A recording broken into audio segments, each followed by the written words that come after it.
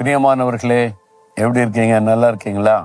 சொல்லுகிறார், எனக்கு விரோதமா பேசுறாங்க, எனக்கு விரோதமா என் ஆத்மாவை குறிவைத்து அநேக காரியத்தை சொல்றாங்க, தாவீதை குறை சொல்றாங்க, குற்றம் சொல்றாங்க, பரிகாசம் பண்றாங்க. அது ஒரு கூட்ட மக்கள் இருந்துகிட்டே தான் இருக்காங்க.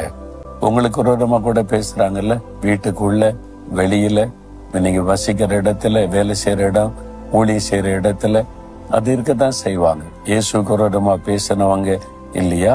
பேசினாங்க. பவுலுக்கு விரோதமா, எல்லாருக்கும் விரோதமா பேசுறவங்களும் பரிகசிக்கிற கூட்டம் எல்லா காலத்திலுமே இருந்திருக்கிறாங்க. அதெல்லாம் குறித்து சோர்ந்து போகாம இங்க தாவீது சொல்லுகிற அப்படி எல்லாம் இருக்கிறாங்க. ஆனாலும் நீர் என் கேடகம், நீர் என்னுடைய மகிமை, என்னை உயர்த்துகிறவருமாய் இருக்கிறீர். 3 காரியம் சொல்றார். கேடகம் என்பது நம்முடைய பாதுகாப்புக்காக கொடுக்கப்படுகிற ஒரு ஆயுதம்.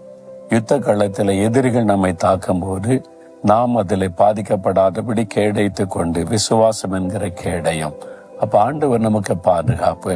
எத்தனை பேர் உங்களுக்கு ரொம்ப பேசட்டும், சொல்லட்டும், எழுதட்டும், தீங்கு செய்யட்டும், உங்களை அது பாதிக்காது, உங்களை சேதப்படுத்தாது. ஏன்னா ஆண்டவர் உங்களுக்கு கேடயமாய் இருக்கிறார். அதை விசுவாசிக்கிறீங்களா?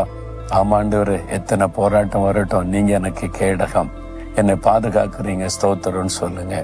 2வது